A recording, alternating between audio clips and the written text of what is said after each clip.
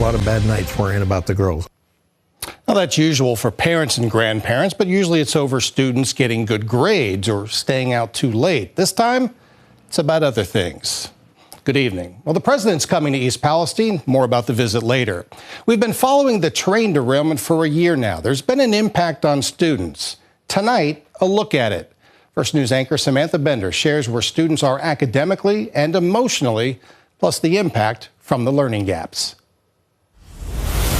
Divided up into 3 words: on. Greg Masher wears several hats. The grandfather of 8 has lived in East Palestine his whole life. He's raising 3 granddaughters, coaches them in youth basketball, and most recently took on the title of teacher when last February's train derailment forced them out of their house and the kids out of the classroom. This just 3 years after the COVID-19 pandemic. The girls got homeschooled. I had 6 different stations set up trying to homeschool, running around with computers. I thought that was the worst thing possible, like me trying to teach the girls or do homeschool, until the train wreck happened. This stripping school-aged children of social interaction and personalized instruction. Some students losing the motivation to do their work. If we don't, like, our teacher then says you have to do it though. All changes that would be difficult for most, especially second graders like Greg's granddaughters, Raylix and Veda.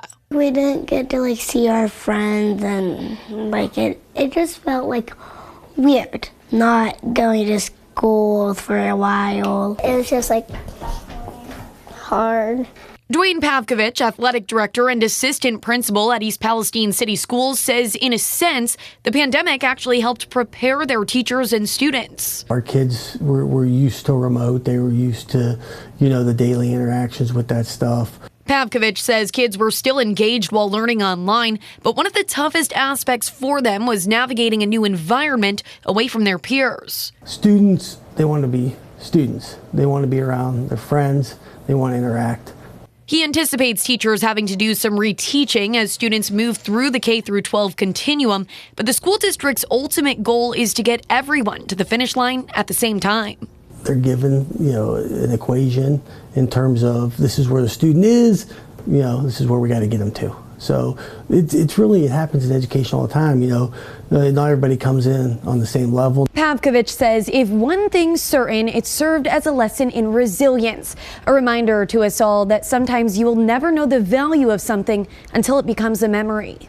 The girls are really tough about it. But there are the breakdown nights that they cry. And that's what bothers me. You don't feel happy when you're not at your school. They've definitely learned that life's not always going to be a bed of roses, and you have to adjust, and they've been dealt quite a bit in their short life. I think we'd be remiss to think that our students didn't gain greater appreciation not only for things they had, but for the adults in the district, teachers, friends, bus drivers, custodians, everything. In East Palestine, Samantha Bender, WKBN 27 First News. All right. Hi, everyone. I'm Lindsay Watson. Thanks for watching the WKBN 27 First News YouTube channel. If you want more video news, subscribe to our channel. And don't forget to download the WKBN 27 First News app for breaking news alerts.